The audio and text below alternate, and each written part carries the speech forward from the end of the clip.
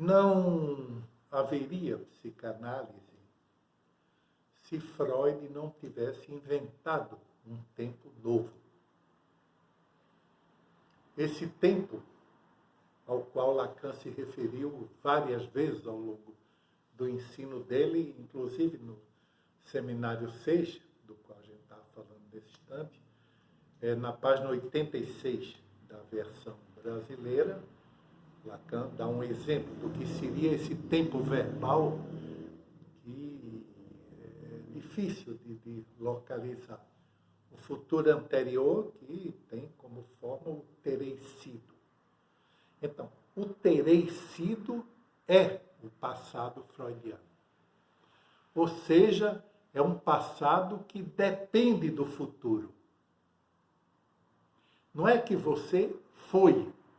Você terá sido e pode não ter sido. Mas, de qualquer forma, o terei sido significa que esse passado ele é engendrado a partir da experiência no futuro.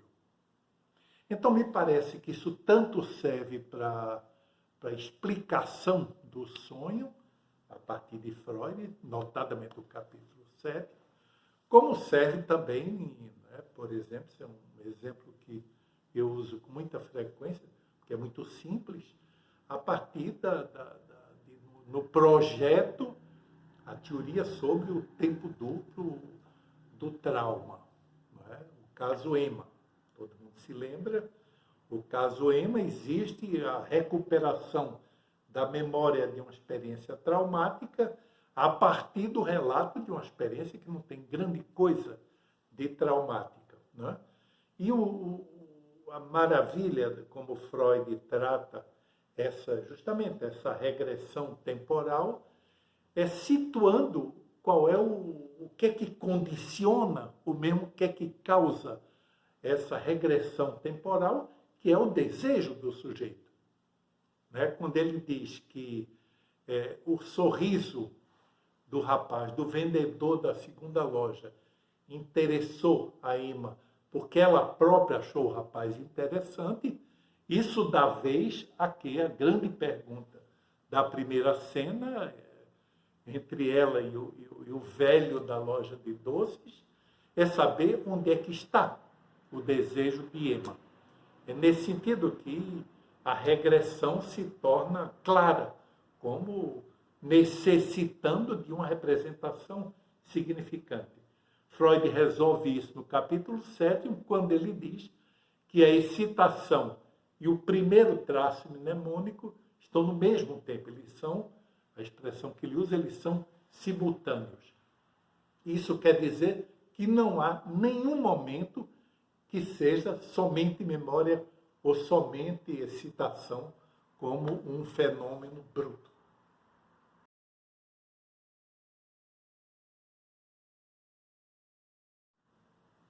O tempo na análise é o tempo do terá sido, que é uma maneira de retomar o a posteriori freudiano, trabalhado por Lacan desde o tempo do seu primeiro seminário com a célula alimentar do grafo do desejo. São dois tempos. O tempo presente, que define alguma coisa sobre o passado, e o passado que vem definir o que vai acontecer no futuro. É um jogo entre os dois em que apenas acontece o que terá sido e não o que foi. A questão que a gente pode se colocar já entendemos que é preciso algo está acontecendo na análise, mas remetido a algo que já aconteceu, e a realidade do já aconteceu vai se dar na articulação com o que está sendo dito ali. Então tem alguma coisa sobre o que se diz e sobre o que foi ouvido, e se volta como memória recalcada. Mas essa articulação entre o passado e o presente não é apenas o sujeito está entre os dois. Isso é verdade. A realização do desejo de um sonho é o entre os dois. Não é o fato que a gente encontra o objeto passado. Não é o fato que a gente volte ao momento do trauma. Não é o trauma. O real, para análise, ela está entre o que foi, como terá sido e o que está sendo. A questão que a gente pode se colocar, e ela vai se colocar essa questão depois do seminário 6, já no seminário 11, então quer dizer que o real é essa coisa que fica entre os dois? O desejo do sujeito é isso? entre o presente e o passado? Num certo sentido, sim. A surpresa de uma análise, o efeito de verdade de uma interpretação, ele vem exatamente dessa coisa que se produz entre os dois, que não é só entre dois significantes, é entre presente e passado. Isso que dá um efeito, o real, que escapa, de repente ele está ali. Aquilo que a gente vai buscar como se fosse uma impotência, Deus, a verdade sobre mim, que sempre não é exatamente ainda o que chegou, a gente encontra ali entre os dois. E aí? Encontramos a verdade, encontramos alguma coisa desse real, isso é o efeito da interpretação, mas a gente sabe que isso continua. Isso continua numa próxima sessão, num próximo momento de interpretação, porque os significantes que vão voltando na regressão, eles não precisam parar na minha origem. A gente pode encontrar coisas ouvidas referindo antes do meu nascimento, a família, a gente pode ir até para as vidas passadas. O que acontece com o real na análise, além do real do sujeito? Lacan se pergunta e vai encontrar a resposta no seminário 11, ou propor a resposta como pesadelo, a partir do pesadelo. Tem um encontro com o real, que não é apenas esse real entre dois. Tem um encontro com o nosso próprio ser de desejo, de gozo, de singularidade, que não se encontra entre dois significantes. Parece que vem rompendo a cadeia significante. Vem rompendo esse aprisionamento da verdade entre passado e futuro. É como se fosse fora do tempo e às vezes, aliás, também sempre, como a gente viu, sempre um significante também, sempre uma representação, mas como se fosse a representação do fora do tempo.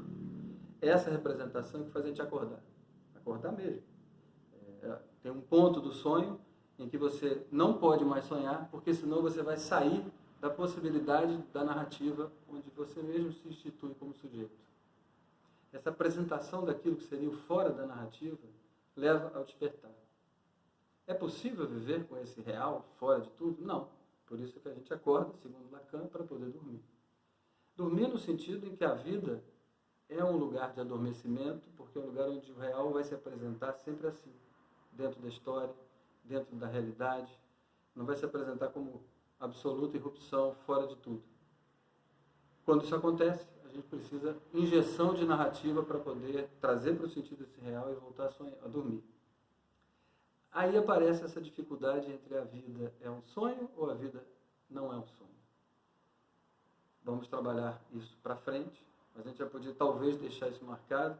Quando Lacan faz essa referência a Calderón de la Barca no seminário 11, a ideia dele, pelo menos assim que a gente consegue entender agora, ou propor para o trabalho do seminário, a ideia dele é que justamente a vida é um sonho, no sentido desse adormecimento. A vida é um lugar de sentido, não dá para viver fora do sentido na vida. No sonho, eventualmente pesadelos, mas não apenas, é possível encontrar com uma ideia, uma figuração do que seria a vida para além da vida que se leva todo dia. Isso acontece no sonho, não acontece no dia a dia. Por isso que a vida não é um sonho, porque no sonho a gente desperta, na vida a gente não pode despertar, porque despertar da vida seria a morte.